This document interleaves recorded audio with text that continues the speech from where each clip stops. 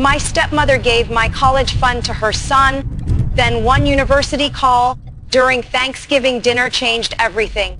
Have you ever sat at a dinner table where everyone else was smiling, but you already knew your life was about to fall apart? Because that's exactly what happened to me one Thanksgiving. From the outside, everything looked perfect. The kind of family gathering you'd expect to see in a holiday magazine. The turkey was golden brown. The table was decorated with candles and fresh flowers. Crystal glasses reflected the warm glow of the chandelier, and laughter drifted through the dining room, as if nothing in the world could possibly be wrong. But I remember sitting there with a knot in my stomach, unable to shake the feeling that I didn't belong. The strange thing about betrayal is that it rarely arrives without warning. Most of the time, your heart notices the danger long before your mind is willing to accept it. Looking back now, I realize I'd been living with that feeling for years. My name is Emma, and ever since my mom passed away when I was 15, our house had never really felt like home again. People like to say time everything. It doesn't. Time simply teaches you how to carry the weight without collapsing under it. My father tried to move on after losing my mom. I never blamed him for that. Grief is lonely, and everyone survives it differently. About 2 years later, he married Evelyn. At first, she was exactly what everyone expected from the perfect stepmother. She smiled constantly. She remembered birthdays. She baked cookies for neighbors. She volunteered at church events. Everyone adored her. If you only met her once, you'd probably think she was one of the kindest women you'd ever met. I almost believed it myself. But kindness performed for an audience isn't the same thing as kindness shown behind closed doors. The moment nobody else was watching, everything changed. She never screamed. She never hit me. She was far too smart for that. Instead, she specialized in tiny little cuts that nobody else could see. She'd compliment me by saying things like, "That sweater almost hides your shoulders." If I got an A on a test, she'd smile and ask why it wasn't an A+. Whenever relatives came over, she'd wrap an arm around me and tell everyone how lucky she felt to have me in her life. The second the front door closed, she'd remind me I wasn't really part of the family. At first, I tried harder. I cleaned more. I studied harder. I stayed out of everyone's way. I convinced myself that if I could just be good enough, eventually she'd accept me. She never did. Then Leo was born. My half-brother became the center of Evelyn's entire universe. To be clear, none of this was Leo's fault when he was little. Children don't create favoritism. Adults do. Every birthday became bigger. Every Christmas had more presents under his name. Every family vacation somehow revolved around what Leo wanted. Meanwhile, I slowly became invisible. Dad noticed pieces of it, I think. Sometimes he'd apologize without actually apologizing. He'd pat my shoulder and say, "You know Evelyn doesn't mean anything by it." Or he'd tell me she was just under stress. Or that families take time to blend. I wanted to believe him. Because believing him was easier than accepting the truth. The truth was that my father had become an expert at looking away. The only thing that kept me focused was a promise I'd made to my mother years before. She had loved bridges. Not because they were beautiful, although many were. She loved what they represented. Connection, hope, the ability to reach places that once seemed impossible. When I was little, she'd drive me to old steel bridges just so we could walk across them together. She'd point at the beams and cables and explain how every single piece carried part of the weight. Strong things aren't by one part doing everything, she'd tell me. They're strong because every piece does its job. Those words stayed with me long after she was gone. That's why I fell in love with structural engineering. While other kids dreamed about becoming influencers or celebrities, I spent weekends sketching bridge designs and reading engineering books from the library. It probably sounded boring to everyone else. To me, it felt like staying connected to my mom. She had also prepared for my future in a way that still amazes me. Before she passed away, she'd created a college trust in my name. $80,000, not because we were wealthy. Far from it. She'd spent years saving every extra dollar she could. She skipped vacations. She drove the same old car for over a decade. She worked overtime whenever it was available. Every sacrifice had one purpose: my education. Dad told me about the trust shortly after the funeral. He promised he'd protect it until the day I needed it. I believed him. For years, that promise became my motivation. Whenever classes became difficult, whenever Evelyn reminded me I wasn't smart enough, whenever I felt like giving up, I'd think about my mom. I'd think about the future she'd sacrificed so much to give me. And I'd keep going. By senior year, I had one dream: Cornell University. Specifically, the College of Engineering. I knew how competitive it was. I knew thousands of students with perfect grades applied every year. Still, I worked harder than I ever had in my life. Late nights, practice exams, scholarship essays, volunteer projects. Every hour felt like another brick laid toward the future my mother wanted for me. Even Evelyn couldn't ignore my dedication. Instead, she mocked it. "Cornell," she'd laugh. "That's adorable." Then she'd glance toward Leo. "Some dreams are realistic. Others are just fantasies." Dad never defended me. He'd simply change the subject. I told myself none of it mattered. Soon I'd leave for college. Soon I'd finally have my own life. I just had to survive a little longer. Then Thanksgiving arrived. It was supposed to be our last holiday together before college decisions came out. Relatives filled the house before noon. My aunt brought homemade pies. My uncle argued about football with anyone willing to listen. Kids ran through the hallway, chasing each other, while Christmas music somehow started playing, even though it wasn't December yet. Everything looked normal, almost painfully normal. Evelyn spent the entire afternoon acting like the perfect hostess. She floated around the dining room, making sure everyone's glasses stayed full, complimenting the food, laughing just a little louder than everyone else. If someone had filmed her that day, they would have thought she deserved an award. Dinner was finally served just before sunset. The turkey sat in the middle of the table, perfectly brown. Steam rose from bowls of mashed potatoes, stuffing, green beans, cranberry sauce, and homemade rolls. Everyone took their seats. Dad carved the turkey. Plates were passed around. People chatted about work, vacations, and holiday shopping. For nearly 20 minutes, everything felt almost peaceful. Almost. Then I noticed Evelyn smiling to herself, not a warm smile, a satisfied one. Like someone waiting for the perfect moment to reveal a surprise she'd been planning for weeks. She gently tapped her spoon against her crystal water glass. The clear ringing sound echoed across the dining room. Every conversation stopped. She stood, lifting her glass with theatrical excitement. "I have some wonderful family news," she announced. Everyone turned toward her. She reached over and squeezed Leo's shoulder proudly. "I'm so happy to tell everyone that Leo has officially been accepted into New York University." The room immediately erupted into applause. My aunts cheered, my uncles congratulated him. Several cousins stood up to hug him. Leo grinned from ear to ear, while Evelyn looked around the table like she'd personally won an Olympic medal. Then she raised one finger, and that's not even the best part. The room quieted again. She smiled even wider. "I'm thrilled to announce that his tuition has already been completely taken care of." Another wave of applause broke out. People praised my father. Someone joked that Leo was set for life. But while everyone else celebrated, a cold feeling spread through my chest. Dad had spent the last 3 years talking about bills, about mortgage payments, about cutting expenses, about how money was tighter than ever. There was simply no way he had suddenly found enough cash to pay for one of the most expensive universities in the country. I slowly turned toward him. He wasn't smiling. He wasn't celebrating. He wasn't even looking at Leo. His eyes stayed fixed on his dinner plate. My stomach tightened.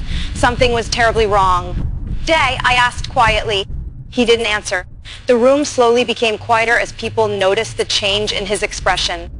I tried again. Dad, where did the money come from? His hands tightened around his fork. For several long seconds, he said absolutely nothing. Then, without lifting his head, he spoke so softly I almost couldn't hear him. Had to make a difficult decision. The words hit me like ice water. Every instinct inside me screamed I wasn't going to like what came next. And deep down, I already knew exactly what he was about to say. Dad's voice barely rose above a whisper. We used the trust. For a second, I honestly thought I'd misheard him. The room around me seemed to blur, the conversations fading into a dull hum as my brain tried to make sense of the words. What? I asked. He finally looked up, but only for a moment. His eyes met mine before immediately dropping back to his plate. Your mother's college trust. Every ounce of warmth left my body. It felt as if the air had been sucked out of the room. My college trust, I repeated louder this time. No one answered. I looked from my father to Evelyn, waiting for one of them to tell me this was some horrible joke. Neither of them did. $80,000, I asked. Dad nodded once. I could hear my own heartbeat pounding in my ears. The money Mom spent years saving for me. Another silent nod. I pushed my chair back so fast it scraped violently across the hardwood floor, making several relatives jump. What are you talking about? Before my father could answer, Evelyn calmly placed her napkin on the table as if she had been expecting this exact reaction. Emma, she said coolly, watch your tone. I stared at her in disbelief. My ton? She folded her hands neatly in front of her. Yes, there's no reason to make a scene during Thanksgiving. A scene. I almost laughed. You just told me you spent my mother's money. It wasn't spent, she corrected. It was invested in this family's future. My future, I shot back. It was never just your future. She leaned back in her chair with the confidence of someone who genuinely believed she was the reasonable person in the room. Families make sacrifices for one another. I looked toward my father again. He rubbed his forehead without saying anything. I couldn't believe what I was seeing. The man who had promised my mother he would protect that money. The man who had looked me in the eyes after her funeral and sworn that her final gift would always be waiting for me. Couldn't even defend his own decision. Evelyn stepped in again before he could speak. You need to understand the bigger picture. I understand it perfectly. No, you don't. She spoke slowly, almost like she was explaining something to a child. Cornell has always been a wonderful fantasy. Fantasy. That one word landed harder than everything else she'd said. I worked him aware. I've spent years preparing. And we're proud of your effort. But, she smiled, but effort doesn't always match reality. Several relatives shifted uncomfortably in their seats. Nobody interrupted. Nobody told her to stop. Everyone simply watched. Evelyn continued as though she were giving an inspirational speech. Let's be realistic. Emma. She picked up her glass and took a slow sip of water before continuing. Cornell is one of the most competitive universities in America. I know thousands of students with perfect grades get rejected every year. I know you have good grades. Good. Not excellent. Not outstanding, just good. But they're average compared to applicants at schools like Cornell. The words hung in the air. Average. After everything I'd sacrificed, after every late night studying, every scholarship essay, every engineering competition, every weekend spent volunteering instead of hanging out with friends, she had reduced all of it to one word. Average. She wasn't finished. Leo, on the other hand, already has a guaranteed acceptance at NYU. I looked at my half-brother. He couldn't even meet my eyes. Whether he had known where the money came from before tonight, I still don't know. But he wasn't giving it back. So, Evelyn continued, your father and I made the responsible decision. Responsible. The word almost made me sick. What decided it was better to invest in the child whose education was certain? I stared at her. You gambled with my future. No, She smiled politely. We made a practical family decision. My mother didn't save that money for your son. Leo is your brother, half brother. Family is family. No, I said quietly. My mother wasn't his mother. The room became painfully silent. For the first time all evening, Evelyn's smile faltered for half a second, then it returned. You'll still be able to go to college. How? Student loans. She shrugged as if she just solved the world's simplest math problem. Millions of students take out loans. She actually smiled again. You'll be fine. I couldn't believe what I was hearing. So your solution is that the next 20 years paying off debt, while Leo gets my inheritance. Don't be dramatic. I'm being accurate. Dad finally spoke. Emma. I turned toward him so quickly he stopped talking. Did you sign it? His shoulders slumped. The trust required his authorization. Without his signature, none of this could have happened. I asked you a question. He closed his eyes. Yes. One word. That was all it took. Years of trust. Years of believing he'd always protect the last promise he made to my mother. Gone. Just one word. Yes. I don't think I've ever felt my heart break so quietly. It wasn't loud. It wasn't dramatic. It was the strange realization that the person you trusted most had already chosen someone else. No argument could change that. No apology could undo it. Around the table, no one knew where to look. My aunt stared into her mashed potatoes. My uncle suddenly found the football game on television fascinating. My cousins avoided eye contact completely. Everyone understood what had happened. No one wanted to be the first to say it out loud. Evelyn broke the silence. You'll thank us someday. I looked at her, wondering if she actually believed those words. When you grow up, you'll understand that families have to make difficult choices. I couldn't stop myself from laughing. Not because anything was funny, because the situation had become so unbelievable that laughter was the only thing keeping me from crying. Difficult choice, I repeated. You stole from your husband's dead wife. Several people gasped. Evelyn's face tightened. We did not steal. It legally belonged to me. It belonged to the family. It belonged to my mother. Same difference? No. I shook my head. It isn't? Dad finally pushed his chair back. Emma, please, no. I looked directly at him. You don't get to tell me to calm down. I was trying to do what was best. For who? He opened his mouth. Nothing came out because there wasn't an answer that didn't destroy him. Evelyn answered instead. For everyone? I stared at her. You keep saying family, because that's what we are. No. I slowly looked around the Thanksgiving table. I think I finally realized what we are. No one spoke. Even the children in the next room had gone quiet. The only sound was the faint ticking of the grandfather clock in the hallway. I could feel tears building behind my eyes, but I refused to let them fall, not in front of Evelyn. She'd enjoy that too much. Instead, I took a slow breath. I was about to exactly what I thought of their family decision when a sudden vibration broke the silence. Bezost. My phone slid a few inches across the polished mahogany table. Every pair of eyes turned toward it. An unfamiliar number flashed across the screen. The area code was from New York. I frowned. I didn't know anyone in Ithaca. For a second, I considered ignoring the call. After all, Thanksgiving dinner wasn't exactly the time for telemarketers. But something made me hesitate. Something deep inside me whispered that I should answer. I picked up the phone and looked at the screen one more time. Then I pressed accept. Hello, this is Emma speaking. Hello, may I speak with Miss Emma Carter? The woman's voice was calm, warm, and unmistakably professional. For a moment, I wondered if someone had the wrong number. This is Emma. Wonderful. My name is Dr. Elizabeth Vance, and I'm the Dean of Admissions for the College of Engineering at Cornell University. Every thought in my head stopped. Cornell. At the Thanksgiving table. I glanced around the room.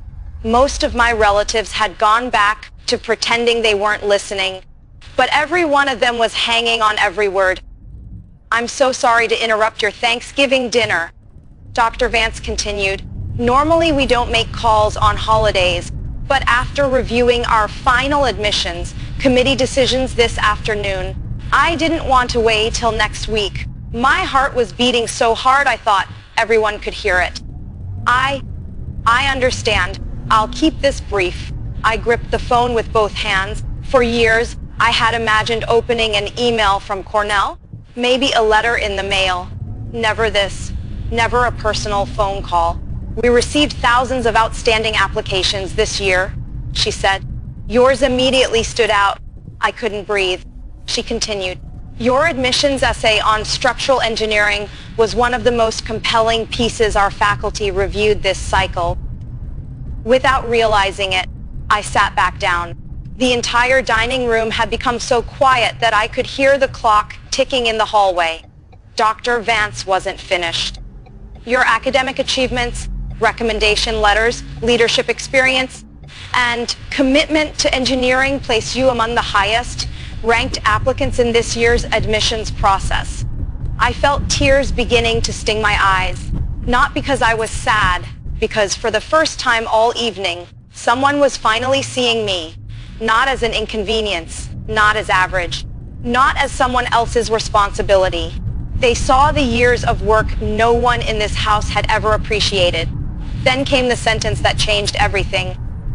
Emma, on behalf of Cornell University, it is my pleasure to officially offer you admission to the College of Engineering.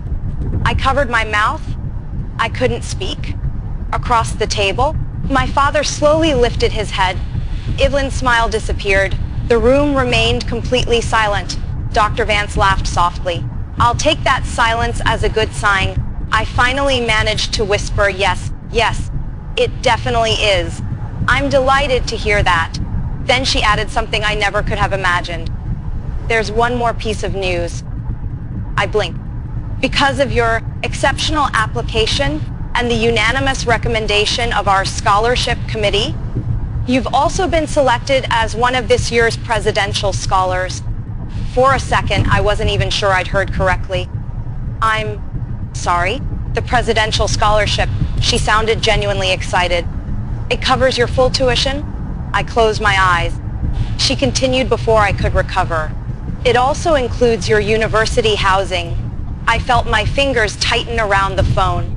Your meal plan. Someone across the table quietly gasped. Most required academic expenses. Another pause. And additional academic support funding throughout your 4 years, provided you remain in good academic standing. I couldn't stop the tears anymore. They rolled silently down my face. Not tears of defeat, tears of relief.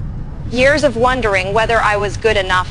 Years of hearing Evelyn call my dream unrealistic. Years of doubting myself gone. Not because someone gave me charity, because I'd earned it. Dr. Vance's voice gently pulled me back. Are you still with me? Yes. I laughed through my tears. You don't have to say anything right now. But thank you doesn't seem like enough. We're simply recognizing the work you've already done. Those words settled deep inside me.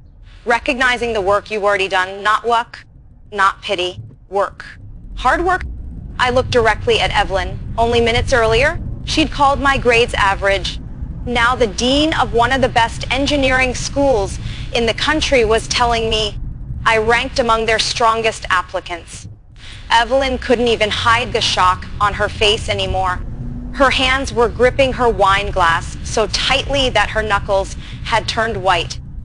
Dad looked as though someone had knocked the air out of him. I could actually see the realization spreading across his face. He had believed Evelyn. He had doubted me. He had signed away the money my mother left me because he'd accepted the lie that I wasn't likely to get into Cornell. Now he was hearing the truth directly from the university itself. I thanked Dr. Vance again. She spent another minute explaining that official paperwork would arrive soon and that my scholarship package would include everything I'd need to prepare for freshman orientation. I listened carefully, trying to memorize every word. Then one thought suddenly crossed my mind. A thought that changed everything. I swallowed. Dubrar. Vance. Yes, I have one question. Of course. I glanced around the Thanksgiving table. Every single person was staring at me now, even Leo. I spoke clearly enough for everyone to hear. If a student receives a full scholarship like the presidential scholarship, I paused. What happens to any personal college funds their family has already saved? There was no hesitation. Oh, those funds remain entirely yours. The answer came so naturally it was obvious she had answered similar questions before. Cornell doesn't claim private educational savings simply because a student receives scholarship assistance. I looked directly at Evelyn. She wasn't blinking. Dr. Vance continued. Those funds remain your personal assets. Since the university isn't using them for tuition or housing, you're free to use them according to the terms of your trust or savings plan. Exactly according to the terms of your trust. I felt something inside me settle. The fear that had been crushing me since Dad confessed disappeared. I smiled. Thank you? My pleasure. Thank you for believing in me. We're looking forward to seeing you on campus next fall. I can't wait. We exchanged one final goodbye. Then the call ended. For several seconds, no one spoke. I slowly lowered my phone onto the polished table. The silence felt almost unreal. Only minutes earlier, I had believed my future had been stolen. Now I knew something no one else at that table had expected. My future was secure. Cornell had already opened the door. No one in that room had the power to close it. I looked around the table. My relatives seemed completely speechless. My aunt quietly wiped a tear from her eye. One of my uncles stared at my father with obvious disappointment. Leo looked utterly confused. But it was Evelyn who caught my attention. She forced a laugh. It sounded hollow, almost desperate. Well, she cleared her throat. I guess everything worked out perfectly. No one answered. She smiled again, trying to recover. You got your free education. She gestured toward me. And Leo gets to go to NYU.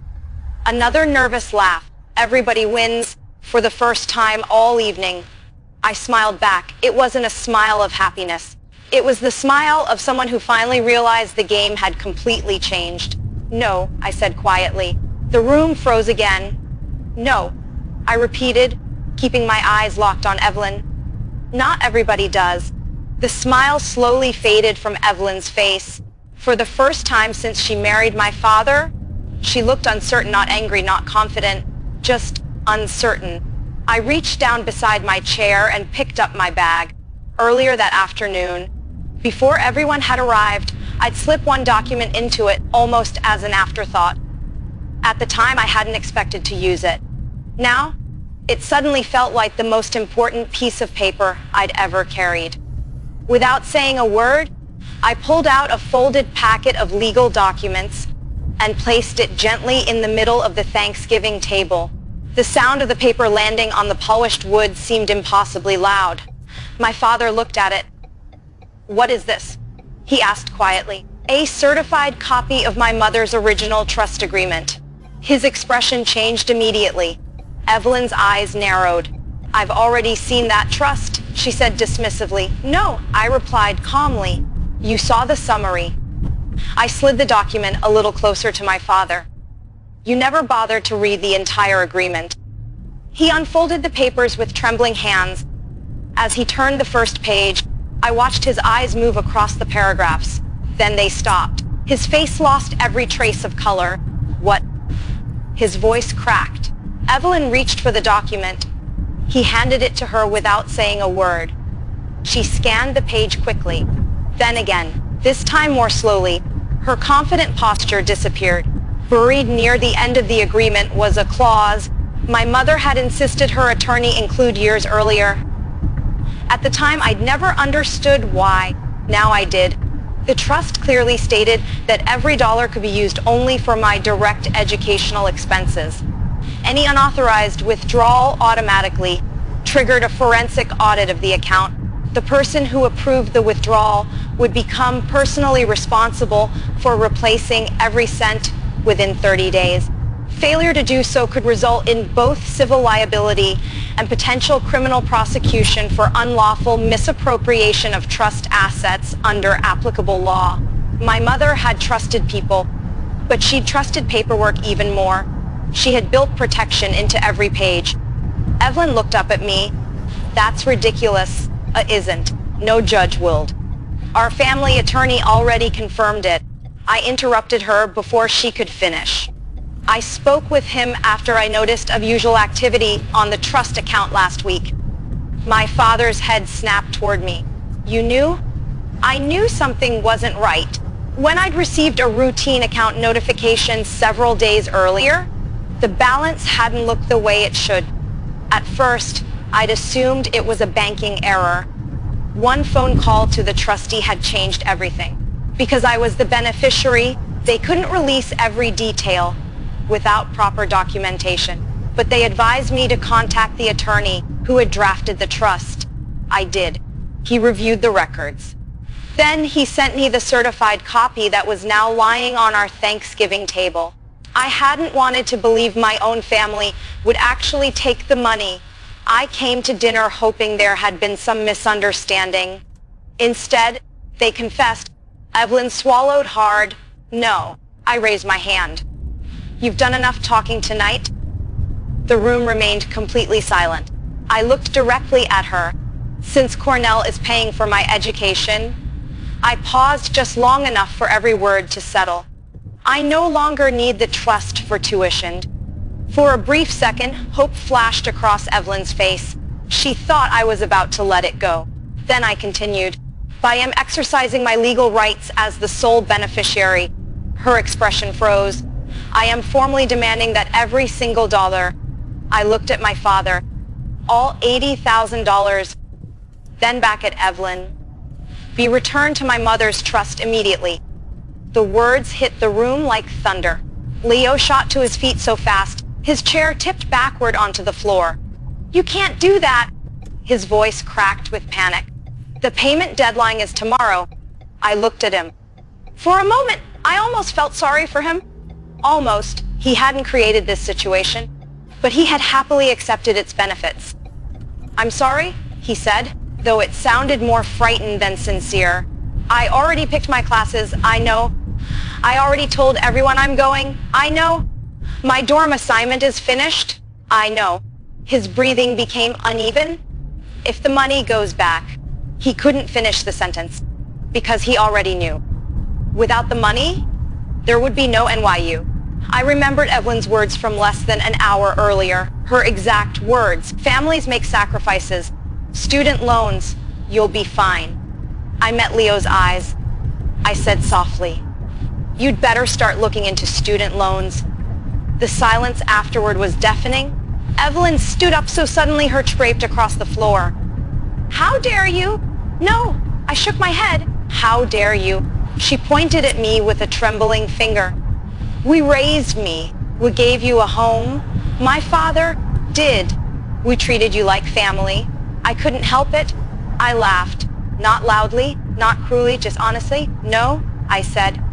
You tolerated me until my mother's money became useful. Her mouth opened. Nothing came out because there wasn't anything left to say. Dad slowly stood. His shoulders looked lower than I had ever seen them. He looked older. Tired. Broken? I'm sorry. I looked at him for several long seconds. I believe you. His eyes filled with hope. Then I finished. But being sorry doesn't undo what you chose. The hope disappeared. I trusted you. He lowered his head. You promised. Hands began to shake. I know. No. I quietly picked up my bag. You finally do? I walked toward the front door. No one tried to stop me. Halfway there, I paused. Without turning around, I spoke one final sentence. The next time someone tells me that family supports family, I looked back over my shoulder. I'll remember who emptied my mother's trust while I was sitting at this very table. Then I walked out. The cold November air hit my face the moment I stepped outside.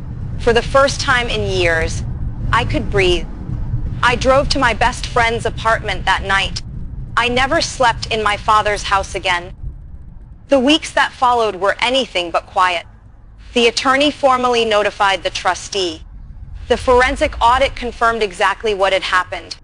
Every withdrawal, every signature, every authorization, everything had been documented. Because the trust agreement left no room for interpretation, my father had no choice. To avoid a prolonged legal battle and the possibility of criminal consequences, the money had to be replaced immediately. They didn't have $80,000, not even close. My father emptied savings accounts. He refinanced part of the house. Several expensive assets Evelyn insisted on buying over the years were sold. Her luxury SUV disappeared first. Then the jewelry she proudly shown off at every family gathering. Even the vacation property she convinced Dad to purchase was eventually put on the market. Piece by piece. Everything they had built using someone else's security began disappearing. Leo's tuition payment never reached NYU before the deadline. His admission offer was withdrawn. I honestly felt sorry that his future had been damaged. But the person responsible wasn't sitting across from him. It was sitting beside him. Months passed. Dad called dozens of times. At first, I couldn't answer. Eventually, I did. Our conversations were short, careful, painfully honest. Trust isn't repaired with apologies. It's rebuilt through years of choices. We're still working on that. As for Evelyn, she never apologized, not once, even after everything. She insisted she'd only been trying to do what was best for the family. I finally realized something. People who refuse to admit they're wrong usually aren't looking for forgiveness. They're looking for permission to do it again. I never gave her that permission. The following August, I drove through the gates of Cornell University with 2 suitcases, a backpack, and a framed photograph of my mother resting carefully on the passenger seat. During orientation, I walked across campus surrounded by students from every corner of the world. Some were brilliant. Some were nervous. Most of us were both. As I stood in front of the engineering building for the first time, I looked up at the steel beams stretching across the entrance. I smiled. My mom would have loved things. I thought about every bridge we'd crossed together when I was a little girl.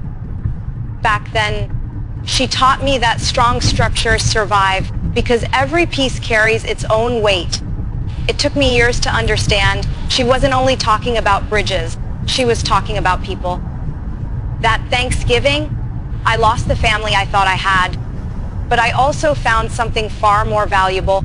I found proof that hard work can outlast betrayal, that integrity eventually exposes deception, and that the future my mother dreamed for me was never something another person could steal. Money can be taken, trust can be broken, homes can be left behind. But the education I earned, the determination my mother inspired, and the life I built for myself, those belong to me. They always would. So if you're listening to this while wondering whether someone else's betrayal has stolen your future, let me leave you with this. Sometimes the people who try hardest to close your door end up standing there when a much bigger one opens. And when it does, don't waste your time looking back. Walk through it, because the best form of justice isn't watching someone else's life fall apart. It's building a life so meaningful that their betrayal becomes nothing more than the first chapter of your success. If you enjoyed this story, don't forget to like the video, subscribe to the channel, and turn on the notification bell so you never miss our next emotional story. Thank you for watching, and I'll see you in the next one.